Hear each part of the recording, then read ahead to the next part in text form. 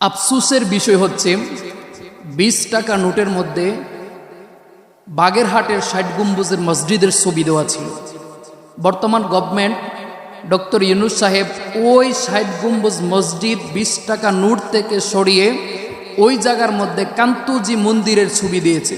এটা ৯৫% মুসলমানের দেশে টাকার মধ্যে ৬০ গম্বুজ মসজিদ সরিয়ে যেই জায়গার মধ্যে মন্দিরের ছবি দেওয়া হয়েছে, এটা নিতান্তই দুঃখজনক বিষয়।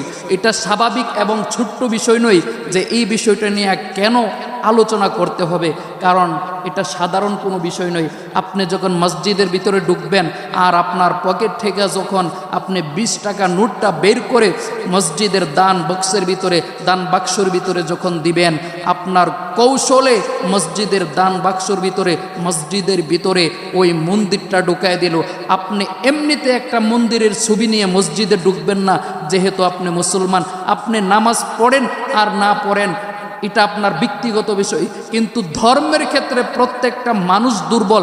সে একটা সচেতন মানুষ আর সৎজ্ঞানে একটা মানুষ মুসলমান মসজিদের ভিতরে মন্দিরের ছবি নিয়ে প্রবেশ করতে পারবে না, সে প্রবেশ করবেও না। কিন্তু কৌশলে এই সমস্ত চক্ররা আপনার আমার পকেটে মসজিদে ওই মন্দিরের ছবিগুলা ঢুকিয়ে দিয়েছে।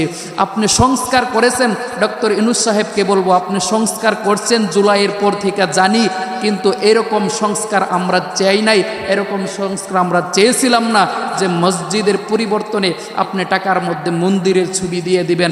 বুঝলাম অনেক জায়গার মধ্যে আওয়ামী লীগের নাম আছে, ওইগুলা সংস্কার করে আপনি রাষ্ট্রীয়ভাবে কাজ করতেছেন, কিন্তু মসজিদ দুইটা আওয়ামী লীগের আর বিএনপির আর জাতীয় পার্টির কোনো বিষয় নেই, এটা দলীয় কোনো বিষয় নেই।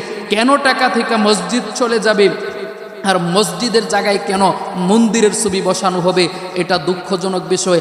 আমি মনে করি এটা ধর্মীয় দাঙ্গা সৃষ্টি করার জন্য এই সমস্ত কাজ করা হয়েছে। এটা মুসলমানদের অনুভূতির মধ্যে ধর্মীয়ভাবে আঘাত করা হয়েছে। এদের জায়গা থেকে আমরা মুসলমানরা দাবি জানাচ্ছি অতি শীঘ্রই যেন এটাকে পরিবর্তন করা হয়। কেন ৯৫% মুসলমানের দেশের মধ্যে মসজিদের জায়গায় মন্দিরের ছবি আসবে, এটা দুঃখজনক বিষয়। আমি মনে করি এটা কঠিন ষড়যন্ত্র এবং দেশ নিয়ে, রাষ্ট্র নিয়ে কঠিন ষড়যন্ত্র চলছে। আমাদেরকে কৌশলে আমাদেরকে ধোঁকা দেওয়া হচ্ছে।